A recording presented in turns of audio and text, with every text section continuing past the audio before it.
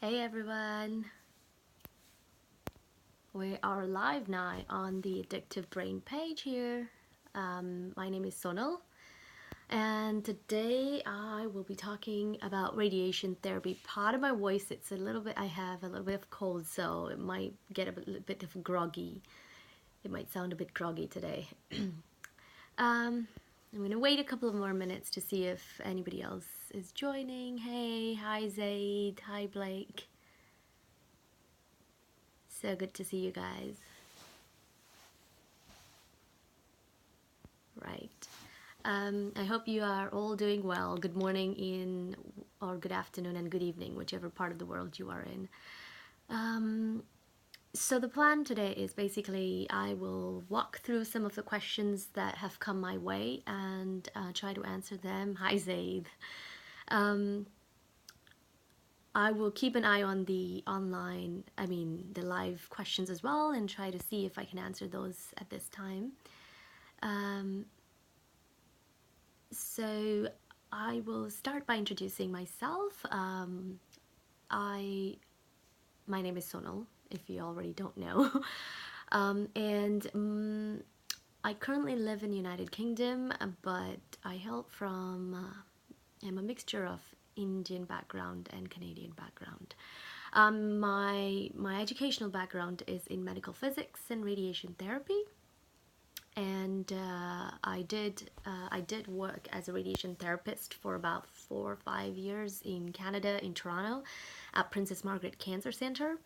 And then I went on to do my master's in medical physics, which after that I got hired at one of the industries to work for them, developing the machines that we use for radiation therapy. Now, those of you who do not know what radiation therapy is, it is basically utilizing radiation to treat diseases like cancer. Okay. Now, the idea behind that is that obviously a lot of people have this misconception that radiation is always bad, but that's not always the case.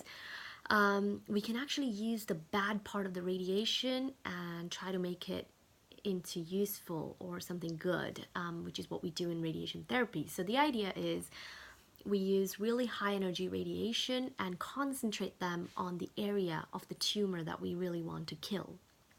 So, and then avoid the rest of the body or organs. This will damage the DNA of the cancer cells and eventually kill the cancer cells. So that's the basic idea. Now, obviously, it's not as simple as it looks. There are too many things going on in the background, and there are a lot of people actually working to make those things happen.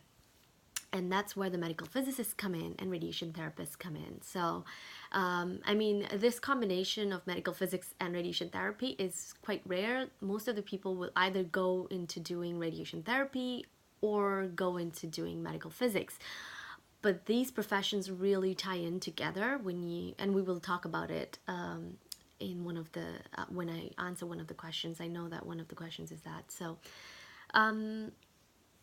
hey Blake, I know, but did any of your educational background include nutritional courses? How does the nutrition apply? Well, let me actually start by answering that question. Now, we do not have specific nutritional courses per se, but we do have patient care courses where we do actually explain what is beneficial, how the patient can take care of themselves. Normally what happens is radiation therapy is not a simple treatment, right? You do get affected physically, emotionally, and in all the other sorts of ways that are possible. So nutrition is the major part of taking care of the cancer patient. So after radiation is given, the cancer patient might feel really tired, exhausted, and the only way to keep them up, and that's one of the side effects, by the way. So to keep them up is by making sure that their nutrition is valued or it's really good. And in that case, we actually have dedicated dietitians coming in and see the patients and giving them the specific advice as to what they need to eat and drink in order to keep their energy levels up during the radiation treatment. but the radiation therapy course itself does not have the actual content of the nutrition education, if that's what you mean. I hope that answered your question, Blake. I do have some questions that have come in. I will try to go through them one by one and see if those are some of the questions that you guys have. Hi, everybody. Hi, Princess Cambodge. Nice to meet you all. So glad that you are able to join. So the first question, Zaid, I'm going to actually take your question. He says he's a PhD. I'm a PhD student. I would like to be cross-discipline in radiation therapy and how to go about it. Now, this is a very common question that I get. Like, a lot of people do have different backgrounds and they are actually interested in radiation. How to go about it, it really depends on what part of radiation, because when I say radiation therapy, it's a broad profession. So the team that is involved in this profession is medical physicists, radiation therapists, radiation therapy nurses, nutritionists or dietitians, oncologists, dosimetrists. So it really depends where your focus is on. Now, to get into this profession, I also get a second question is that do you always need a PhD? And no, you don't need a PhD in physics or anything, but your focus needs to be in the area that you want to focus on. So I'm assuming that you are interested in the medical physics aspect of radiation therapy. In that case, I would suggest that you look up some of the really good universities or institutions in your area. I'm assuming that you're in India at the moment, so I would recommend Bhabha Atomic Research Cancer Center. It's actually one of the topmost centers. But there are others. I think AIMS and others also offer a diploma in radiation therapy. So once you graduate and complete your PhD, you can actually see if you can get into those diploma of radiation therapy and or radiation physics, as they call it, I think. And that qualifies you to work either as a radiation safety officer, medical physicist, whichever field then you want to go into. But having a different background doesn't necessarily entitle you to practice in radiation therapy, because you have to have that understanding of the physics of radiation and how it applies to treating cancer patients. So I hope that answers your question. Yeah, I think Tata Memorial Center is one of the other centers where you actually can gain experience working with one of the physicists there. I can't remember the name of the physicist, but I have been there before, and it's a lovely center in Navi Mumbai. Yes. Okay, so we can go on to the next question. What about the relation between brain and radiation? Let's keep that on the bay. I would come back to that question again. What about the relation between brain and radiation? If you're asking about treatment given to the brain, is that what you're asking? How it affects the brain treatment? I think that's what you're asking. Anyway, so we will come back to that question once I have your answer in there. But the second question is from Fadhila, and she's asking that I'm doing MSc Physics and Engineering in Medicine, and I'm so interested in radiation therapy treatment planning. Any advices on study techniques, resources, and training places? Now, again, this field is so broad, and every country and every region has its own own way of training appropriate scientists. So when I say that, I mean, if you're in Asia, their training schedule looks different. If you're in Europe, their training looks different. And then in North America, it's different. I have been trained in North America with Canada. So I'll give you some advice on what I experienced, and that might help you a little bit.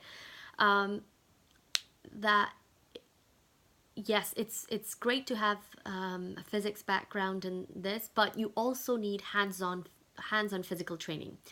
Now in Canada, you call it as a residency. So after you've completed, if you are planning on working in the hospital, you need to complete your residency, which is post MSc or PhD. You get a 2 years residency in one of the hospitals, and then you work with the physicists there and you train under them, and you understand the whole process of how the medical physics applies in a hospital.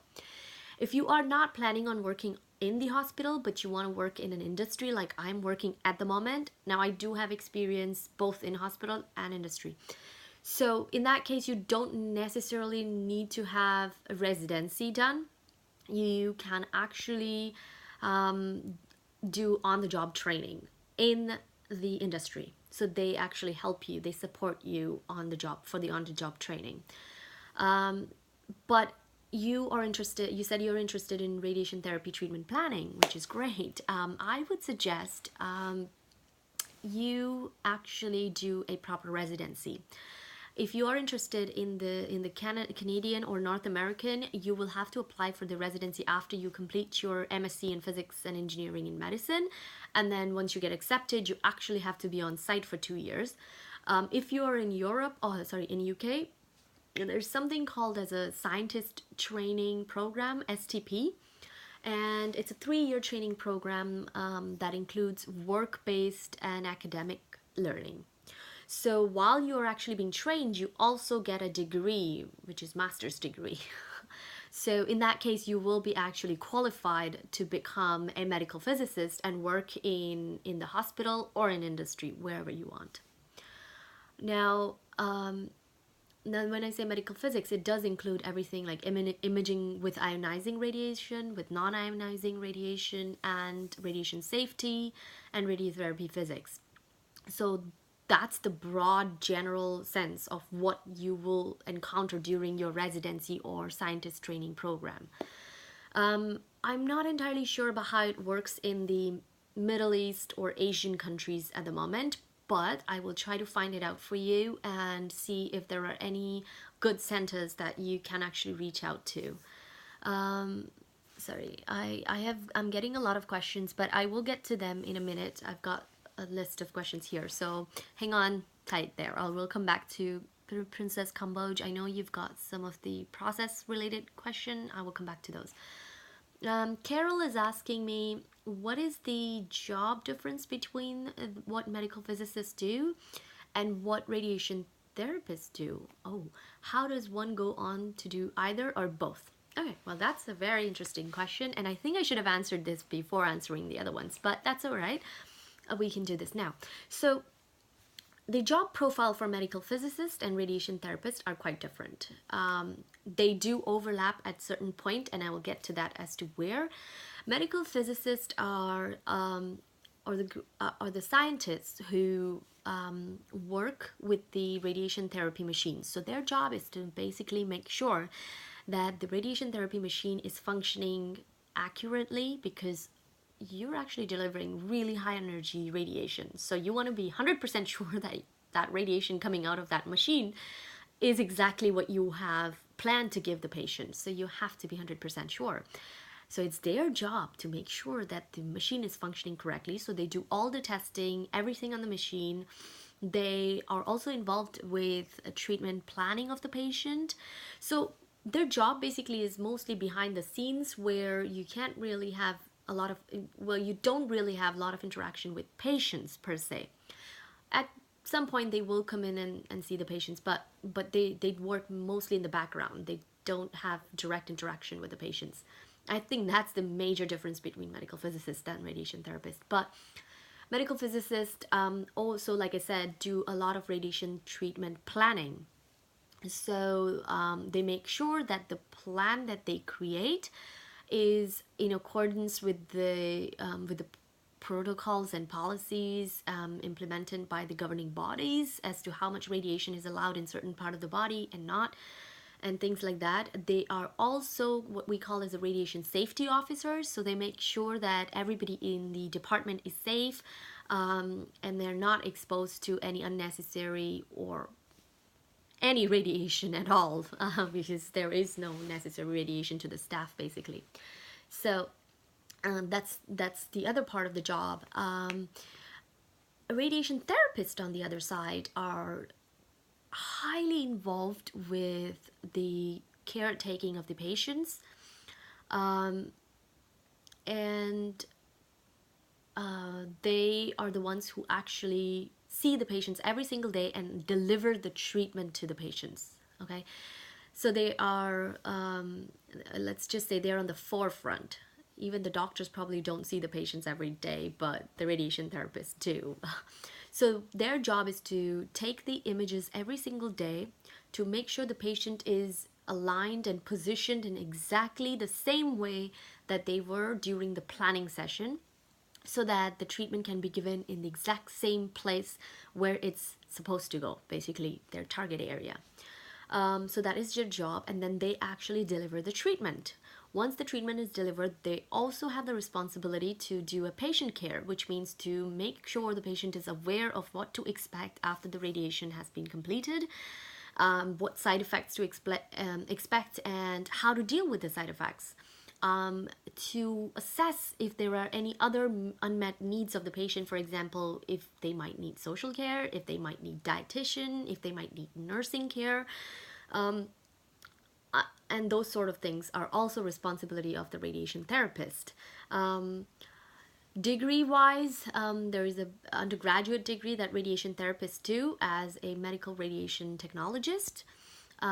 Every country has a different way of approaching this, but in North America or in Canada, you have to have a basic bachelor's degree, at least 1 year of the foundation courses, and then you go on to do a 3-year degree in radiation therapy. I think it might be a little different in the Europe and Asian countries. So you might have to look that up, how that works. For the physics, you have to have minimum masters in biomedical physics, medical physics, and if you want to work in the hospital setting, then you have to have residency or the scientist training program, basically. So those are the major differences between medical physicists and radiation therapists. I did mention that there is a slight overlap on their duties, is where they do a quality assurance. So quality assurance is a big part of radiation therapy world. You have to do QA on everything that you do, basically, to make sure that there's no mistake. Even one number can cause a detrimental effect. So you have to make that everything tallies up. Everything is making sense, everything. So you have to be really curious. You have to be on the ball with everything. So, hi everybody. Sorry for those who are joining in. And I will answer, I know there's some other questions coming in. I will answer, I'll try to answer those as well. So, what is your job in an industry? Ooh, that's a good question. I will come back to that, Fadila. I will come back to that as well. So how does one go on to do either or both? So like I mentioned before, some people only choose to do radiation therapy because they like that they have a face-to-face contact with patients every day, and they like that interaction. They like being on their toes every time. In a radiation therapy field, you have to be really vigilant. So if you are one of those people who want to talk to people, who want to make a difference in people's lives, who know how to care for people, I think doing radiation therapy is a wonderful thing. Medical physics, on the other side, you don't interact with patients as much, so that aspect is left alone. You don't have to go and talk to the patients as do the radiation therapist. So your job is basically in the background, where you make sure everything is perfectly working. But the quality assurance part is where you step in. So once you do your part, you make sure you check everything in the treatment plan, and the machine is good, and then you pass it on to the radiation therapist. Radiation therapist will also recheck again the plans, and to make sure that for their use the machine is working properly. So if something doesn't work or add up, they will call the medical physicist and say, look, this is not working. What's going on here? So that's where I said their job also overlaps, is where the quality assurance of the machine and the treatment plan goes. Okay. So you can choose to do both. I chose to do radiation therapy and then move on and did medical physics as well, because I enjoy doing both. I like the front end where I can talk to patients, but I also like the physics part of it. So I wanted to understand exactly how everything works behind the scene, like how the machine works and how the radiation is actually created and things like that. So that's why I went and did both. Okay.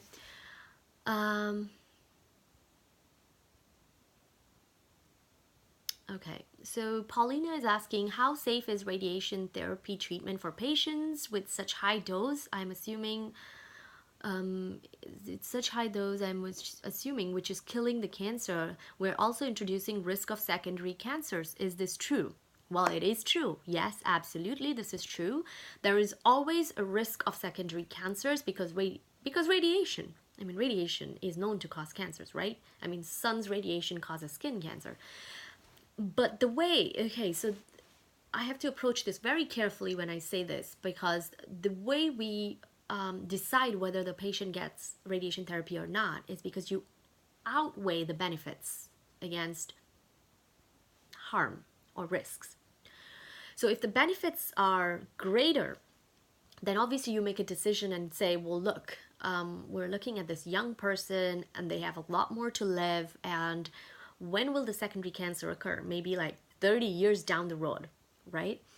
But if we don't treat them and their cancer is not cured, which can be really high risk because that can cost them their life. So you have to outweigh your benefits and risk in that case. There's always a risk with radiation that you might get secondary cancers, but it doesn't happen all the time. So that's why, yes, it is a risk, but you have to make your decision. The patient is aware of these things when we tell them that, there's always a secondary cancer risk, but your benefits of getting the treatment now outweighs it. If you are looking at a patient who is 70 or 80 years old, I mean, what are the chances they will get secondary cancers unless they live like 200 years, right? So those are the kind of things you have to think of before you actually go and make the decision. Andrew is asking, what industry jobs are available for medical physicist, and how easy it is to get a job as medical physicist or radiation therapist? Ooh, okay. So let me start by saying that in the middle income countries, only 10% of the patients have access to radiation therapy, okay? And a lot more patients can actually benefit from it. Now, there's many reasons why this is the case. It's lack of actual staff, lack of machines, and lack of the care that is not available, like the lack of the care because it's not available there. So the reason I said that is there's a huge demand for medical physicists and radiation therapists across the globe. Especially just last month, actually, in the Society of Radiographers in the UK, there was an article published where they mentioned a huge deficit in radiation therapists. And if that's not taken care of, it could impact largely to the population that we need to treat for the cancer patients. So I would say there's a huge gap, and we really need a lot of people to actually come up, step forward, and take this profession, because it's not only about the profession, it's also about helping people. You have no idea how much sense of satisfaction you get actually from doing this job. But yes, to answer that question, it is easy to get a job in this field if you are trained in this, to enter this field particularly. It's not a big deal to get a job at all. You will be hired anywhere, basically. And let's just say there is even more gap in the number of LINACs that are available across the globe, and we are anticipating that we might even need, when I say LINACs, is the linear accelerators that are used, these are the machines that deliver the radiation, okay? So I think there's going to be a gap of around 10,000 Linux with the growing incidence and shortage of the radiation therapy units in the low-income countries and middle-income countries. Okay, so if you are wanting to get a job, you will not be out of job, believe me. Now, there is another question that is asking, everyone talks about how hard their jobs are, but this just came in, so hang on. But I can see how challenging it can get when working with the cancer patient. Yes, it's very challenging. You have to be in the right state of mind to be working with the cancer patients. So Millie is asking, can you share any event that personally affected you? Oh, wow. Okay. Yes, I can share actually many events that have personally affected me while working as a radiation therapist. And one particular event that I will share with you is when I was treating an 80-year-old boy. This was about 6 years ago, 6 or 7 years ago, and we were treating his stomach area. So normally we have to actually undress in the area that we are treating, and I was actually lining him up on the table. So we uncovered his tummy, and I had to position him correctly. So I had to roll his stomach a little bit to make sure he's nice and straight for the treatment. And when I touched him, he jumped and he got scared, and I got scared, and I didn't know what happened. And he looked at me, he was just 7 or 8 year old, and he looked at me, your hands are really cold. Yes, my hands normally get really cold in I'm a hypothermic person basically, but my hands were really cold when I touched him. So he said to me, why are your hands so cold? Are you a vampire? I just got taken aback. I was like, what do you mean? And he goes like, if you are a vampire, apparently vampires have cold hands, guys. So if you watch some kind of Twilight or Vampire Diaries, apparently their bodies are supposed to be cold. So he looked at me and he said to me, well, can you give me your blood? Because apparently vampire blood has the power to heal anything.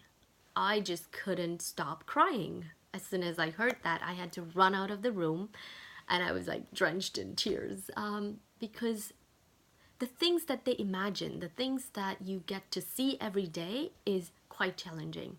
You have to be in the right state of mind to be able to work in that environment.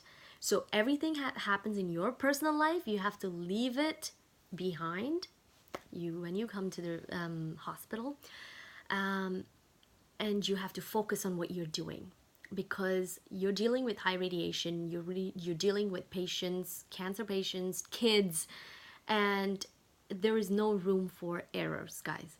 So you have to be focused.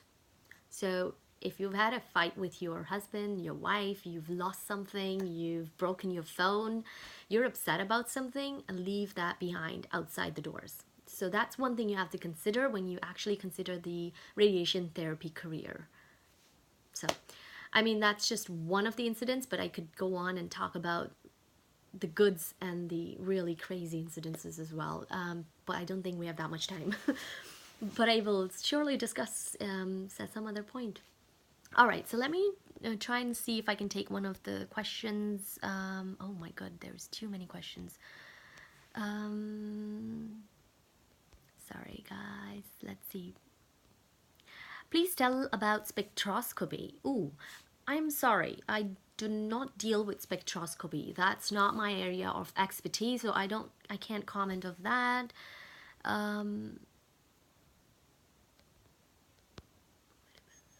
Oh yeah, it's Cooking Temptation asked me about what about the relation between brain and radiation. So I'm not sure if you explained what exactly you mean by that, but if you're talking about giving radiation to the brain, that's absolutely fine. I mean, it's like doing a surgery in an area without affecting the rest of the brain. So you can actually do a brain treatment without affecting the entire brain. So you will be only affecting the tumor inside the brain. Okay, so there is something called as a radiosurgery, which means we don't cut open the brain, but we target the area of the tumor inside the brain with really, really, really, really, really high doses of radiation that that actually kills the tumor. And that's why it's called gamma knife or radiosurgery or stereotactic surgery. But it's actually just using radiation to kill the cancer. Okay, it's not cutting, opening, or doing an actual extraction of the tumor, but it's still called surgery.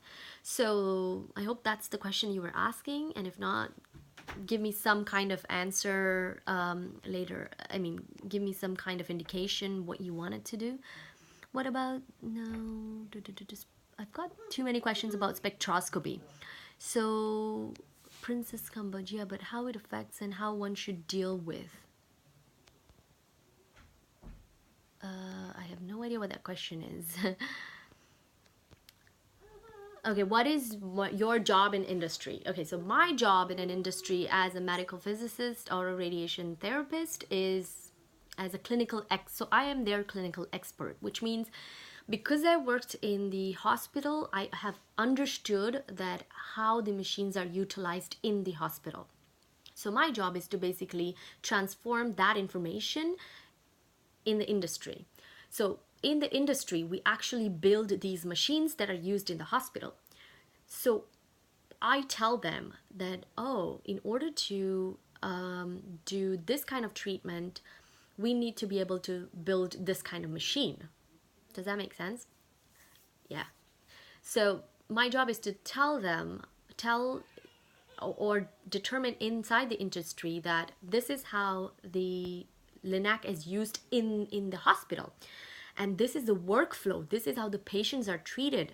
So this is how we need to actually expand our machine, or this is what we need to think about, because we haven't really got, let's say, the gaps. You know, sometimes there are gaps in the treatment. So for example, 30 years ago, there was no imaging, so you couldn't see inside the patient's body. You would just landmark based on some of the bony anatomies and just treat. So if the organs are moving inside, you wouldn't be able to see where exactly you're treating.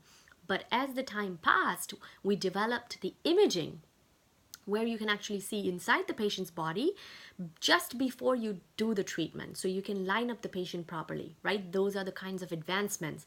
And now we have really come up with this cool LINAC called MRI LINAC, where we use MRI imaging just before the treatment delivery. So before MRI, we were using X-ray type of imaging, so cone beam CT imaging. But that was still radiation, right? You're still giving extra radiation just before the treatment, and then you're also giving the treatment. So you're, loading the patient up with lots of radiation. So now MRI allows you to take the image without delivering that extra dose of radiation. So that's another advancement, guys. So those are the sorts of suggestions, or those are the sort of consultancy things that we do in the industry. So, and that's my part of the job. I also support. So once the machine is created, and then we deliver it to the customers, in this case hospitals, once they start using it, we support them. We show them how to use the machine. If there's any problems or issues, we try to rectify those. So it's a broad spectrum that I work with. That's the kind of job I do. Right? I hope that helped. Let's see if there are any other questions.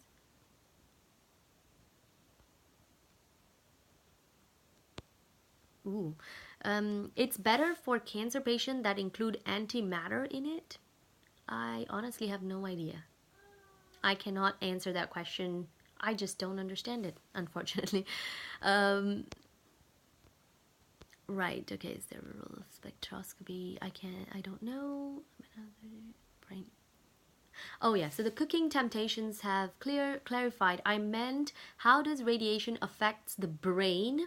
Does it affect the brain in an adverse effect? Ooh, no. So, answer is yes and no. It depends on where you're treating. Because this is a tricky one. Like I said, radiation therapy does have side effects. Side effects are, some of them are acute and some of them are long-term. So the acute side effects will depend exactly where you're treating, where the radiation is going, and what part of the brain cells are being affected. The idea is that we minimize the radiation to the normal brain tissue or normal tissue in general, and give high doses to only the area of the tumor. So it's very unlikely that you will have any major side effects, okay? Because the advancement in technology has made it possible that we can actually do this without affecting the patients adversely.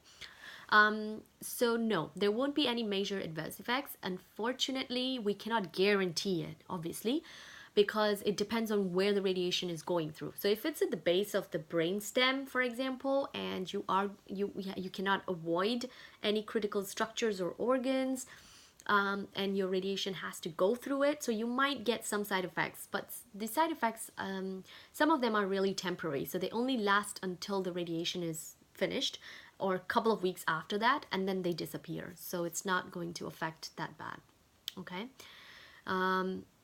If everything is planned, QA'd properly, and delivered properly. Okay, if you give a radiation to other parts of the body, will it affect the brain? No, no. This is a big myth, guys. No, it will not affect.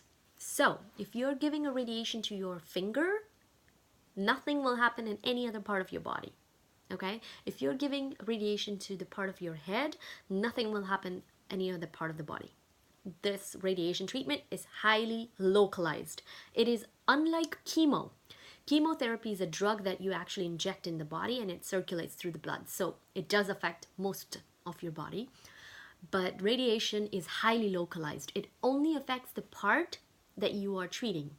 So a lot of people think that if you get radiation, you will have hair loss. Well, no, you will only have hair loss if you are getting treatment to your head, okay? But if you're getting treatment to your tummy or elbow or, I don't know, leg, your hair will not fall off, guys. That's not what happens, okay? It's very localized. I hope that answers your questions. Hello, ma'am. I'm doing MSc Zoology. I want to do research on myelination of neurons. Can you please tell me how I can reach there? Ooh, this is interesting one. Now, I'm sorry, but that's, again, I don't have much information on myelination of neurons either. There are, however, a lot of good, I would suggest, scientists in the Addictive Brain page. If you check that out, there might be some neuroscientists that can actually give you a good advice on that one. But unfortunately, I'm probably not the right one to tell you on that one. No problem, Cooking Temptations. I hope I clarified your question. All right, guys, looks like that's about it. And if you do have any other questions, you can still ask me. You're welcome. No problem. Sorry, I can't help you on that one. But okay, I do want to actually say something else. Radiation therapy. We don't have a lot of people who are aware of this profession. And I think science communication is very important. It's very great that Addictive Brain has started what they have. Their motto is to basically make everything simple and understandable, so people understand what are scientists doing, what are everybody doing to make things easier for the general public. So I really appreciate that this is the stance that they have taken, and it's really going to help everybody. So do follow them and do check the scientist page out. It's lovely. It's loaded with information, with good information. And if you do have any questions, do send them my way or through Addictive Brain page. I will try to answer either way, whichever is easier for you guys. But I hope today was useful. Please save the live to refer to. Yes, of course. Oh, sorry about that. Yes, I will be saving this video. Somebody tried to call me, but I had to decline. I can't talk to you guys on the live video. All right, so I'll save it, and Addictive Brain will actually upload it on their page. All right, so hopefully everybody had fun. I will talk to you guys later.